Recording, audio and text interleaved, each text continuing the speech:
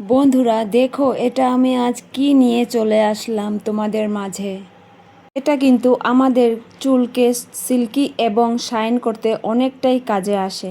তো চলো বন্ধুরা, কিভাবে কি করছি সব কিছুই তোমাদেরকে শেয়ার করব। আমি যদি তোমাদেরকে শেয়ার না করি তাহলে কাকে শেয়ার করব বলো তো বন্ধুরা। তো তার জন্যই তো নিয়ে চলে আসলাম এই ভিডিওটা।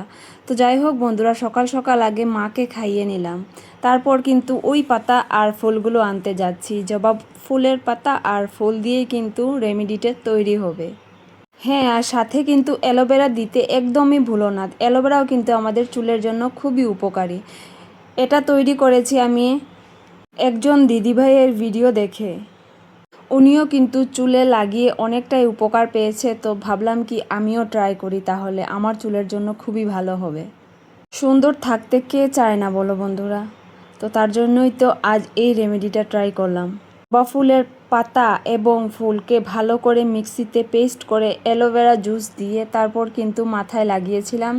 2 থেকে আড়াই ঘন্টা পর মাথাটা হালকা জল দিয়ে ধুয়ে নিয়েছি। তারপরে কিন্তু আমি শাইনটা দেখতে পেয়েছি। একদিনে কিন্তু যে কোনো কাজ হবে না, আস্তে আস্তেই কিন্তু একটা জিনিসের গুণাগুণ পাওয়া যায়। তো যাই হোক বন্ধুরা, তোমাদের সাথে কথা বলতে বলতে এদিকে আমার স্নান পুজো দেওয়া প্রায় কমপ্লিট হয়ে গেছে। এখন শুধু ঠাকুরের প্রসাদে ফুল দেব আর প্রণাম করব। আমি যখন ছোট ছিলাম তখন শুনেছি মাও কিন্তু আমাকে এভাবেই লাগিয়ে দিত।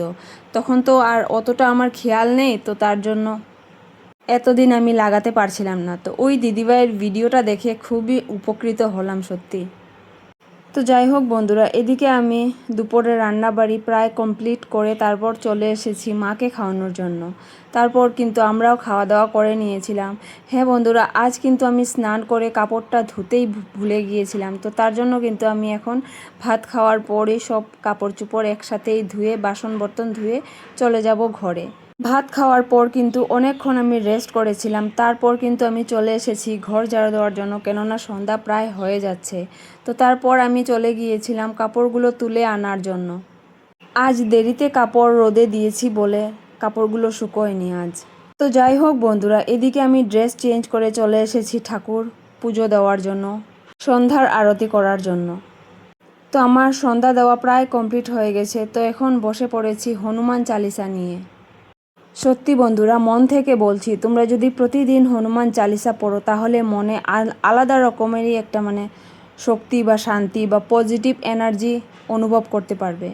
তো যাই হোক বন্ধুরা, আমার এদিকে নিদ্রা দেওয়া প্রায় কমপ্লিট হয়ে গেছে। তো চলে আসলাম এদিকে ঠাকুরের কাজগুলো করে নেওয়ার জন্য। তোমরা তো জানোই আমি এখন আপাতত রাতের বেলায় কমপ্লিট করে রেখে দিচ্ছি, কেননা দিনের বেলা রান্নাবাড়ি আর অন্যান্য কাজ আছে, সেগুলোই করতে হয়। তো ঠাকুরের কাজ আমার কমপ্লিট হয়ে গেছে। তো এখন চলে যাব আমি মাকে খাওয়ানোর জন্য সন্ধ্যার টিফিন। মাকে খাওয়ানোর পর কিন্তু আর আমি একটুকু সময় পাইনি যে অন্যান্য ভিডিও করব। তো তার জন্য কিন্তু ডাইরেক্ট চলে আসলাম ভাত খাওয়ানোর জন্য। যাই হোক বন্ধুরা, আমাদেরও খাওয়ার হয়ে গেছে। তো এখন ঠাকুর প্রণাম করে আমিও ঘুমিয়ে পড়ব। আজকের ভিডিওটা এই পর্যন্তই রইল। তোমরা সবাই ভালো থেকো।